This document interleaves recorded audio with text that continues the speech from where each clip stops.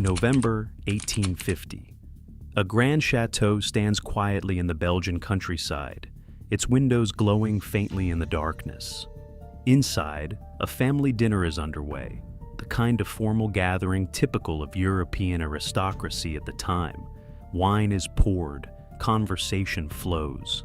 Servants move quietly between the dining hall and the kitchens. To any outside observer, it looks like nothing more than an ordinary evening among relatives, the kind repeated in noble households across Belgium every week of the year. By the end of that night, a man will be dead, poisoned by a substance no one had ever used to kill before. And the two people responsible will unknowingly help create an entirely new field of forensic science, one that would go on to solve countless murders for the next 170 years. This is the story of Comte Hippolyte Visart de Bocarmé and his wife Lydia, and the murder that became known as the world's first true poison killing solved through modern toxicology. It is a story of greed, aristocratic desperation, and one chemist whose brilliance turned a seemingly perfect crime into a scientific breakthrough that still protects victims of poisoning today. What makes this case so enduring, even nearly 2 centuries later, isn't just the murder itself, but the sheer arrogance behind it. The killers believed they had found a poison that science could never trace. They were wrong, and the way they were proven wrong changed criminal investigation forever. A count in decline. Hippolyte Visart de Bocarmé was born into Belgian nobility, carrying a title that once commanded respect, land, and wealth across the region. The Bocarmé name had, for generations, meant something in Belgian aristocratic circles, opening doors and securing privileges simply through birthright. But by the time he reached adulthood in the mid-1800s, much of that inherited fortune had been squandered, mismanaged, or simply eroded by the shifting economic realities of the era. Europe was changing quickly during this period, and old noble families who failed to adapt their finances to a more industrial, trade-driven economy often found their wealth quietly disappearing, generation by generation. What remained for Bocarmé was a title with far less financial power behind it than the name suggested. He carried a proud family name attached to dwindling estates, mounting debts, and a lifestyle the family could no longer comfortably afford. He was, in many ways, a man trapped between two worlds, expected to maintain the appearance and habits of nobility while quietly running out of the money required to sustain them. Bocarmé married Lydia Fougnies, a woman from a wealthy bourgeois family, whose fortune came not from inherited nobility, but from successful business and trade. On the surface, the marriage combined aristocratic prestige with practical wealth, the kind of arrangement common among struggling noble families looking to secure their financial future through advantageous marriages. It was a transaction as much as it was a union, one that made perfect sense on paper for both families involved. For Bocarmé, it offered access to real, liquid wealth. For the Fougnies family, meanwhile, a marriage into nobility offered social standing that money alone could not buy, elevating their name into circles previously closed to families without a title. But beneath this seemingly convenient arrangement was a serious complication. Lydia's family fortune was not entirely hers to control. Much of it remained tied to her brother, Gustave Fougnies, who held a significant portion of the family's inheritance and controlled the terms under which it would eventually be distributed. For Bocarmé and Lydia, living well beyond their means at their chateau in Bury, Gustave represented both a lifeline and an obstacle at the same time. He was a source of wealth they depended on, yet someone they could not fully access while he remained alive and in control of the family's assets. Household records from the period suggest the couple had already accumulated significant debts by the late 1840s, borrowing against a title that carried prestige but increasingly little real financial backing. Creditors were reportedly growing impatient, and the gap between the family's aristocratic image and its actual financial position had widened to the point where it could no longer be quietly managed or hidden from those close to the household. The situation grew far more urgent in 1850, when Gustave announced his engagement. His impending marriage threatened to permanently redirect a significant portion of the family fortune away from Lydia and toward Gustave's new household, cutting off the flow of money that Bocarmé and his wife had come to depend on to maintain their aristocratic lifestyle. Once Gustave married, control over his share of the inheritance would shift decisively, likely tying it up in a new family unit that had nothing to do with Bocarmé and Lydia's mounting financial troubles. For a couple already living beyond their means, servicing debts and maintaining appearances that no longer matched their true financial standing, this was not simply disappointing news. It was, in their minds, a financial catastrophe that demanded a solution, and demanded it quickly, before Gustave's wedding could formally close off their access to the fortune they had quietly come to rely on. It was this sense of urgency, more than anything else, that would push Bocarmé toward a plan far darker than any ordinary financial scheme. The plan takes shape. What makes this case so disturbing, and so historically significant, is the sheer level of calculation involved. This was not a crime of passion, nor a sudden, reckless act of violence born out of a single heated argument. It was a carefully planned, methodically researched murder, carried out by two people who believed, with real confidence, that they had found a way to kill without ever being caught. That belief, more than anything else, is what makes this case so unsettling even today. Bocarmé, drawing on whatever scientific and chemical knowledge was available to educated aristocrats of his era, became convinced that nicotine, extracted in concentrated form from tobacco plants, could serve as an undetectable poison. At the time, toxicology as a forensic science barely existed in any meaningful standardized form. Investigators had methods for detecting only a small number of well-known poisons, primarily metallic compounds like arsenic, substances that had already become notorious enough that many poisoners deliberately avoided them, knowing that a suspicious death would immediately prompt a search for exactly that kind of substance. Nicotine, by contrast, was virtually unknown as a murder weapon anywhere in Europe at the time. There was no established method to detect it in human tissue, no legal precedent involving it, and no forensic playbook that pointed investigators toward it as a possibility. This gap in scientific knowledge was not something Bocarmé stumbled upon by accident. It appears, from the deliberate way he approached the crime, to have been something he actively sought out, treating the absence of a known detection method as the single most important requirement for his plan to succeed. To obtain the poison in the quantity and purity he believed he needed, Bocarmé began cultivating tobacco plants inside his own greenhouse at the chateau, effectively turning part of his aristocratic estate into a private laboratory for producing the very poison he intended to use on his brother-in-law.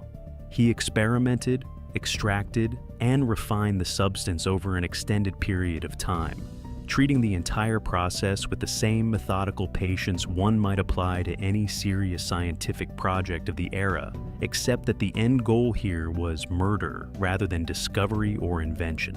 Reports from the period suggest he spent considerable time working through different approaches, testing and adjusting his process over many weeks, long before ever administering the poison to his intended victim. This was not an impulsive act carried out in a single moment of desperation.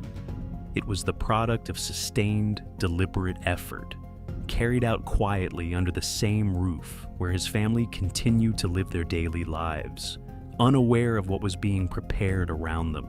This detail alone reveals the truly calculated nature of the crime.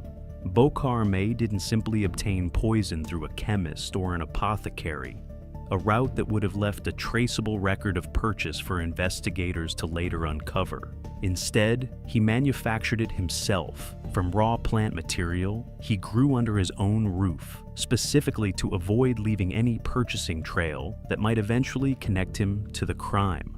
In his mind, this made the murder essentially perfect. There would be no purchase record for anyone to trace, no known detection method for any doctor or investigator to rely on, and a poison so obscure in the criminal history of the time that authorities would not even know to look for it in the first place.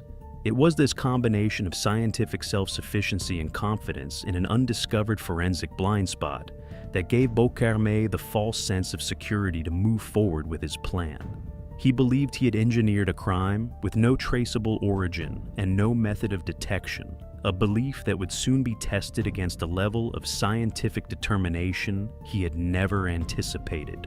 The murder. In November 1850, Gustave Fougnies was invited to dinner at the Château in Bury. Whether he had any inkling of the resentment his engagement had stirred in his sister and brother-in-law remains unclear. But by all accounts, he arrived as an unsuspecting guest at what should have been an unremarkable family meal, the kind he had likely attended at that same chateau many times before, with no reason to suspect that this particular evening would be any different from the ones that came before it. During the course of that evening, Bocarmé and Lydia administered the nicotine poison to Gustave. The exact method by which it was delivered has been debated by historians and forensic experts over the years, with some accounts suggesting it was introduced during a private moment away from the rest of the household, and others pointing to a more direct confrontation between Bocarmé and his brother-in-law. What is clear, however, is that Gustave fell violently ill shortly after ingesting it, experiencing severe physical distress in the very rooms where he had come, expecting nothing more than an evening of family conversation. Within a matter of hours, he was dead, inside a home he had visited countless times before, without a hint of danger. What followed reveals just how unprepared the couple truly was, despite all their careful planning in the months leading up to that night. In their panic, Bocarmé and Lydia attempted to disguise the cause of death, going so far as to try to make Gustave's body appear as though he had suffered a stroke or a sudden natural collapse. In their haste, they even attempted to physically manipulate the body and stage the surrounding room in ways that servants and household staff would later find deeply suspicious rather than convincing. Their carefully constructed plan, one built over months of quiet preparation, greenhouse experimentation, and patient refinement, unraveled in a matter of chaotic hours the moment the actual killing took place. All the calculation that had gone into acquiring an undetectable poison meant little once panic set in and the couple were left improvising a cover story on the spot. Household staff at the chateau noticed unusual behavior from the couple that night, along with strange smells and physical evidence that didn't align with the peaceful natural death they were trying to present to the outside world. Servants later recalled unusual sounds coming from parts of the house that were normally quiet at that hour, hurried movements between rooms, and an atmosphere of panic entirely inconsistent with a household that had simply lost a family member to sudden illness, where a natural death might have produced grief, quiet mourning, and a calm call for a physician.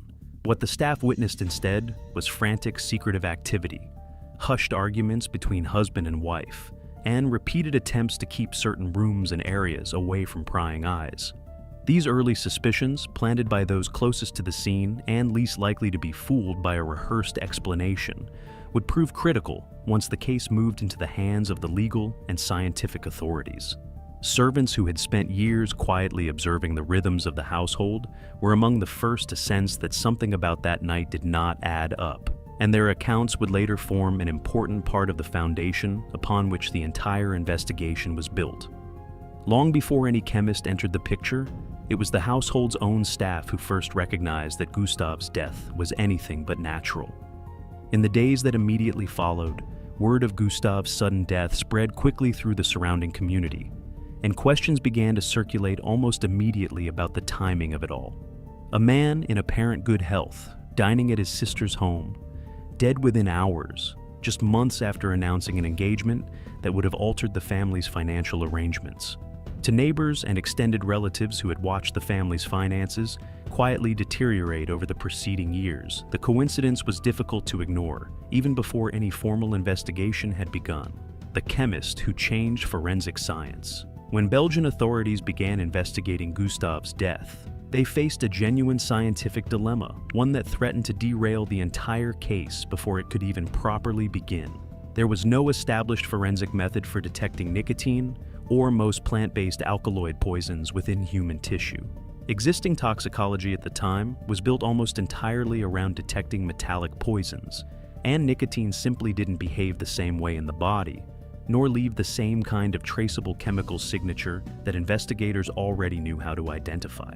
In an era where forensic science was still very much in its infancy, this gap in knowledge was exactly what Bocarmé had counted on when he deliberately chose nicotine over more conventional, well-documented poisons. This is where chemist Jean Servais Stas entered the case, and where this story shifts from a disturbing domestic murder into a genuine turning point in the history of forensic science. Stas was tasked with determining whether nicotine could actually be detected in Gustave's remains, despite no reliable method existing anywhere for doing so at the time. Rather than accepting the limitations of existing toxicological science, and rather than simply telling investigators the poison could not be confirmed, Stas set out to develop an entirely new extraction and detection method specifically capable of isolating vegetable alkaloids, including nicotine, from human tissue samples. This was not a matter of applying a known test to a new sample and waiting for a result. It required inventing an entirely new scientific procedure from scratch, under significant pressure, with a criminal trial, a family's reputation, and the credibility of the entire investigation resting on his success. Working meticulously over an extended period, Stas devised a chemical process that allowed him to separate and identify nicotine within the remains, definitively proving that Gustave had been poisoned, and that the specific poison used was, in fact, nicotine extracted from tobacco. It was a painstaking process of trial, adjustment, and careful chemical isolation, carried out with the understanding that any error could allow a calculated killer to walk free, simply because the science had not yet caught up to the crime. This breakthrough would later be refined further by another chemist, Friedrich Julius Otto, and the combined technique became known as the Stas-Otto process, a method that remains foundational to toxicology and forensic poison detection to this day, nearly 2 centuries later. Even now, modern forensic toxicologists trace the origins of alkaloid detection directly back to the work Stas performed on this single, obscure Belgian murder case. What makes this moment so remarkable is that it transformed a single, isolated murder case into the birth of an entire branch of forensic science. Before Stas's work, poisoners who used plant-based alkaloids believed themselves to be operating in a genuine forensic blind spot, relying on a poison with no known method of detection anywhere in the medical or legal world. After his breakthrough, that blind spot closed permanently, and toxicologists everywhere gained a reliable tool that could be applied to countless future cases involving plant-derived poisons, protecting victims who would never know that a single Belgian murder case had quietly made their own investigations possible decades or even centuries later. In a very real sense, Gustave Fougnies' death and the urgent scientific response it demanded from a single determined chemist quietly reshaped the future of criminal justice across the world. What began as one family's desperate, calculated attempt to commit an undetectable murder ended instead as the foundation of an entirely new scientific discipline, one that continues to close the door on poisoners who still believe, even today, that some methods of killing remain beyond the reach of forensic science. For a case that began with a wealthy family's private grief, the involvement of Stas turned it into something studied far beyond the borders of Belgium. Universities and medical schools across Europe would go on to reference his method for generations, and the case itself became something taught not for the murder it described, but for the scientific ingenuity it inspired in response. The trial and the verdict. Armed with Stas's groundbreaking forensic evidence, along with the suspicious behavior witnessed by household staff on the night of the murder, Belgian authorities built a case against Bocarmé and Lydia that would become one of the most closely watched criminal trials of the era. The combination of a titled aristocrat, a shocking family betrayal, and a genuinely novel scientific breakthrough made the trial an immediate sensation, drawing public attention far beyond the borders of Belgium and turning what might have otherwise remained a quiet regional case into something followed across Europe. Crowds gathered outside the courthouse throughout the proceedings, and newspapers of the era covered the trial in extensive detail, fascinated as much by the scientific testimony as by the crime itself. For many observers, it was the first time they had ever heard forensic chemistry explained in such precise, methodical terms inside a courtroom, and the novelty of that alone added to the trial's growing reputation. The trial exposed the couple's financial desperation, their calculated planning, and the lengths to which Bocarmé had gone to manufacture an undetectable poison inside his own home. Prosecutors laid out a clear and damning narrative. A couple facing the loss of a crucial inheritance, who had methodically planned and executed the murder of a family member using a poison they believed science could never trace back to them. Witness testimony from household staff was presented alongside Stas's chemical findings, creating a case built on both human observation and hard scientific evidence, a combination that left the defense with very little room to maneuver. The revelation that Bocarmé had grown his own tobacco specifically to extract the poison struck the public as especially chilling, a level of premeditation rarely seen in criminal cases of that period. It was one thing to imagine a moment of desperate violence. It was another entirely to learn that a man had spent months quietly cultivating the very means of murder inside his own greenhouse, under his own roof, while continuing to host his intended victim as a welcome guest. The court found Bocarmé guilty of murder. Given the calculated, premeditated nature of the crime and the sheer scientific effort he had invested in trying to commit an undetectable killing, he was sentenced to death. In 1851, Hippolyte Visart de Bocarmé was guillotined, becoming one of the last members of Belgian nobility to face such a public and definitive end, his title offering him no protection whatsoever once the evidence against him became undeniable in the eyes of the court. Lydia's fate, however, took a markedly different path. The court ultimately accepted the argument that she had acted under her husband's influence and direction, rather than as an equal architect of the murder plot. She was acquitted, walking away from the trial that had claimed her husband's life, while questions about the true extent of her own involvement lingered long after the verdict was delivered and the courtroom had emptied. Historians and legal scholars have continued to debate this outcome ever since, questioning whether Lydia's acquittal reflected genuine innocence or simply the legal and social conventions of an era reluctant to hold aristocratic wives fully accountable for crimes committed alongside their husbands.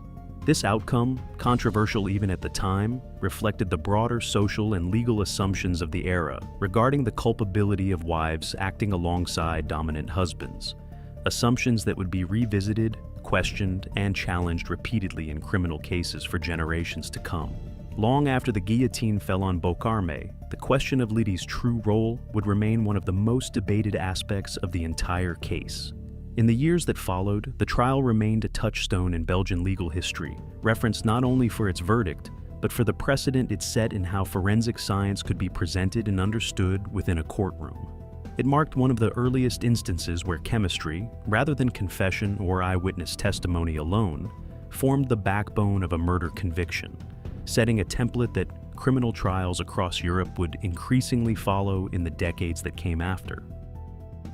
The case of Visart de Bocarmé endures today not simply as a story of aristocratic greed and murder, but as one of the founding cases in the history of forensic toxicology. A crime committed specifically because the killer believed his chosen poison was undetectable ended up producing the very scientific method that made such poisons detectable for every case that followed. Jean Servais Stas's breakthrough, born directly out of the need to solve this single murder, became a permanent tool in the fight against poisoning, one still referenced and taught in forensic science programs around the world today. Few killers in history have unintentionally contributed so directly to their own downfall, and to the downfall of countless poisoners who would come after them, simply by choosing a method of murder that pushed forensic science to evolve.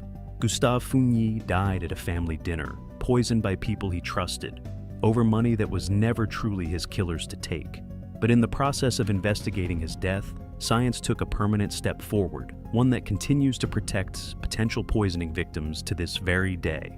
Every time a modern toxicologist identifies a plant-based poison in a criminal investigation, they are, in some small way, relying on a method born from a Belgian chateau, a desperate count, and a chemist who refused to let an undetectable murder stay that way. It remains a striking reminder that even in the darkest and most calculated crimes, the pursuit of truth can produce breakthroughs that far outlast the criminals who tried to escape it. Nearly 200 years later, the chateau at Bury is remembered less for the family that once lived there, and more for the single night that quietly reshaped the future of forensic science.